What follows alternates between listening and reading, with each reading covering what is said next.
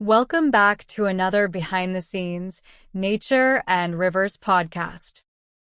I'm your host, Francesca Camilleri.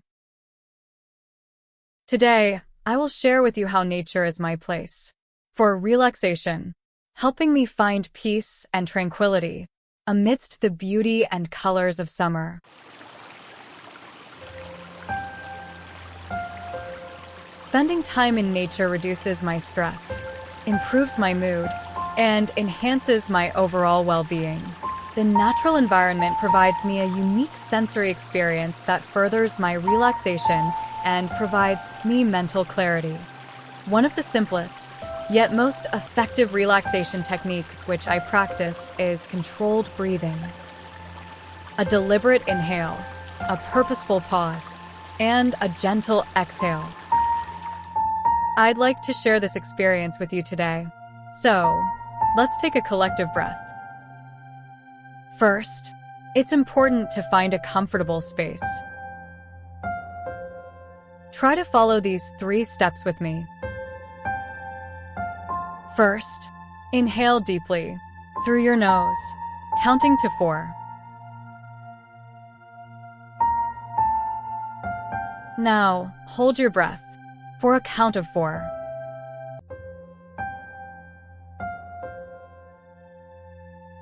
Exhale slowly through your mouth, counting to 6.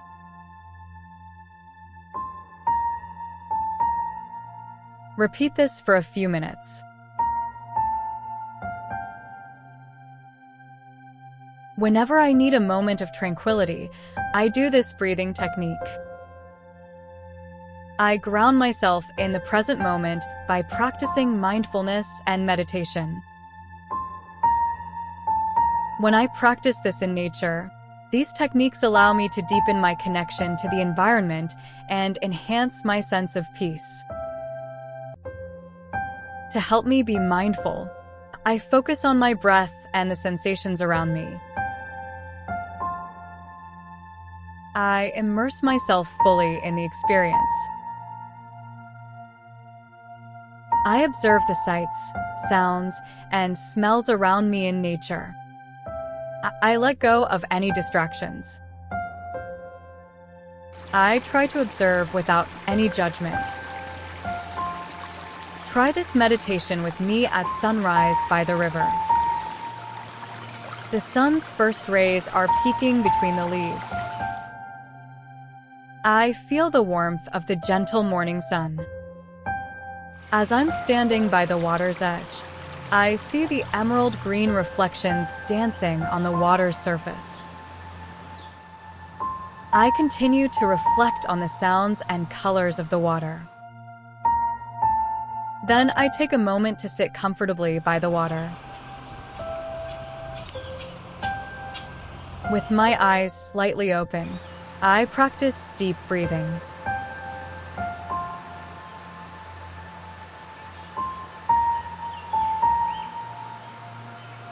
With each inhale, I connect with the river and the sounds around me.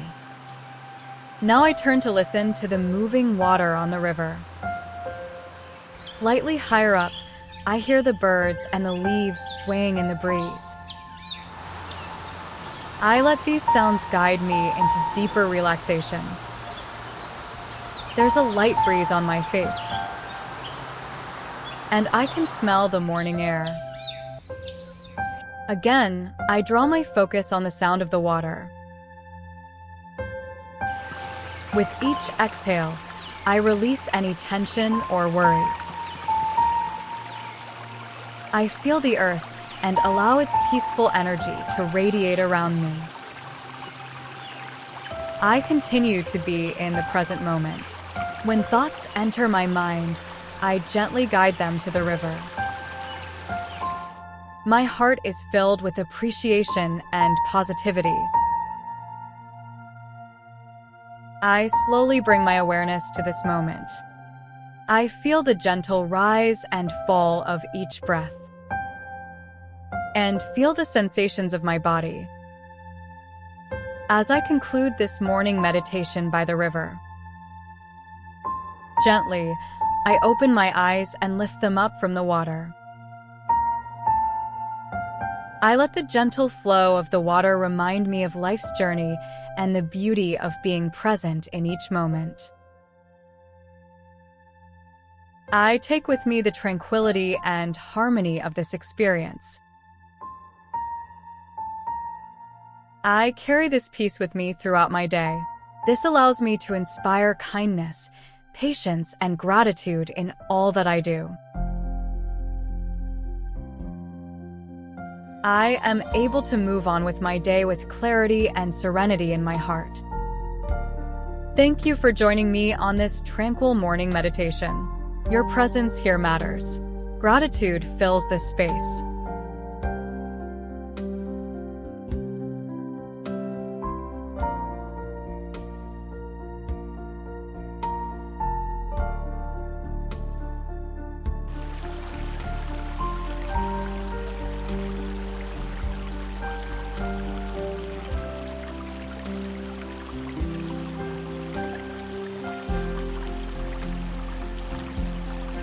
It is above 90-degree weather here in New York. While I have been mostly indoors for the past couple of days, my time outside included short strolls by the edge of the river with frequent stops to have a few sips of cold water and check on nature around the immediate area of resting.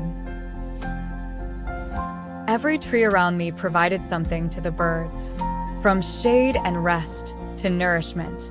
Even the red maple tree that was planted last year and is not more than a few feet tall offers the birds, like the finches and the sparrows, shade under its beautiful canopy of dark red leaves. Since the first episode of this podcast, I had the idea to return to the eastern bluebirds.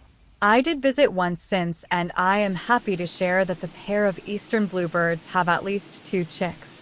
The parents are busy taking turns feeding them and keeping the cavity clean. The highlight over the weekend was the finding of more green heron babies. There is not only 1 but 3. The discovery is a surprise as the green heron parents had not been seen as frequently. It just happened that on one of the late afternoon strolls, I heard an adult call from atop of a tree, and so I searched in the area for any action underneath the trees. From a distance, the baby green herons are the size of a common grackle. The color of the green baby herons blends very well with the riverscape. What gave in was the yellow feet. These baby herons were bonding and building their skills while awaiting for one of their parents to visit and supplement them with food. Last year, I had the opportunity to experience the parent coming to feed the babies. I remember I was taking the video of the baby green herons in one section. All of a sudden, the babies were stretching their necks up looking for something, and with a lot of anticipation. The parent had arrived, and the babies immediately flew over to the parent to get their share of food.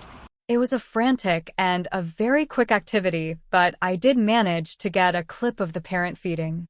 It was an incredible experience to watch. At less than 4 weeks old, this year's fledgling green herons are flying short distances from one side of the river to the other. Yesterday, I watched one of the fledglings manage to catch an aquatic insect or a small fish, or perhaps it was a tadpole. The fledgling was taking its time not to drop this incredible small catch back in the water.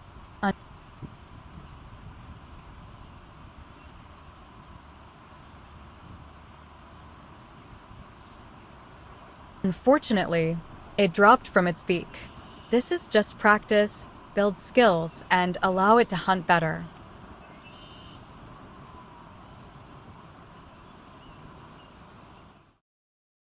While everywhere is dry, some flowers are starting to show up this second half of the month of June.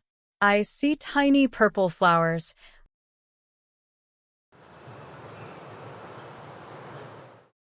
large morning glory in white, climbing over weeds that cover the banks of the river. There are plenty of tiger yellow and orange lilies. A few daylilies are seen in colors purple and orange.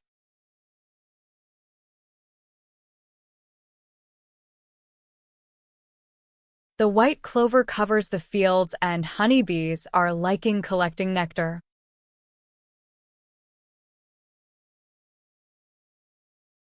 Do you have any of these flowers blooming in your garden? Speaking of white clover, which is abundant in fields and gardens around summer and fall, did you know that white clover is the preferred food source for honeybees?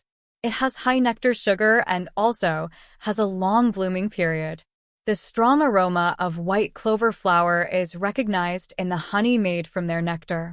The flavor is mild and light but also sweet. The honeybee easily gets the nectar from these white clover flowers because the florets are short. In contrast, the red clover flower is more tubular and their nectar is less accessible. If you have white clover in the garden that is clean and chemical-free, check out the link in the description for making baked eggs with summer garden flower and foliage. Clover flowers are included as a garnish, along with basil, coriander flowers, anise hyssop, marigold petals, nasturtiums, arugula blossoms, monarda, and daylily petals. Both the flower and the leaves of the white clover are edible. This flower can also be dried to make tea, infuse in vodka, or when making fruit jelly. Nature offers us a sanctuary of calm and beauty. By incorporating a variety of relaxation techniques into an outdoor experience, we grow a deeper sense of peace and overall well-being. It is always a great time exploring nature and the river. Over the summer, Behind the Scenes, Nature and Rivers podcast will highlight the sights, sounds, and colors around the river and bring you more thought about relaxation tools that you can incorporate when out in nature. Hope you will join me on the next podcast. Please subscribe and check the notification button so you do not miss an episode. Thank you for your support.